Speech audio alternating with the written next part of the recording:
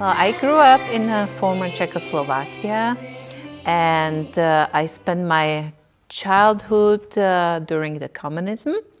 The only difference that I could see was during Christmas, when we as a family went to the church.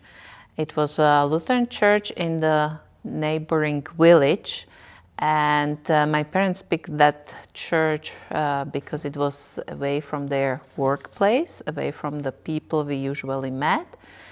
I remember how church was completely full. The windows needed to be opened because people sometimes fainted during that time. And we had to come at least half an hour early, dressed up very nicely, just to be closer so that we could hear or maybe see what was going on at the front.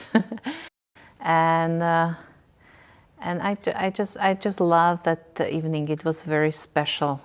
So I loved that so much that when I was asked at school one day, what is our special Christmas tradition, I completely forgot all the warnings that I got from my parents and from my grandparents not to talk about my belief in Jesus and about us praying or going to the church. And I just said that to the whole class. And I was surprised because there was no like, oh, yeah, really? You do that? No, it was silent. It felt so weird, but I was like, okay, well, maybe they don't like singing. or so, and then I came home, and my mom, who was working at the same school, just came home very, very upset that evening. And she called me to the kitchen where everybody was sitting. And she said, do you know what you caused? Don't you know that you can't talk about these things because we can go to jail? Or I can just be fired from the school in the better, that would be the better option. But we are very lucky because your teacher said that she was not going to report us to the government.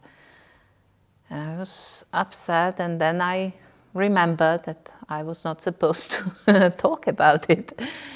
So since then I was very careful. But fortunately it was just maybe half year before the Velvet Revolution happened. And after that we were free to go to the church and to express our Christian faith.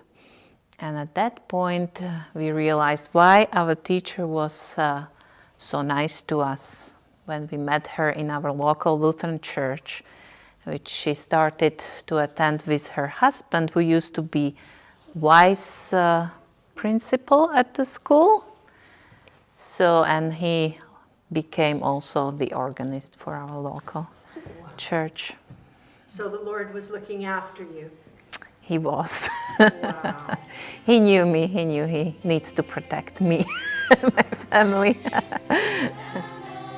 Veselé Vianoce a šťastný nový rok, which means Merry Christmas and Happy New Year in Slovak language. Today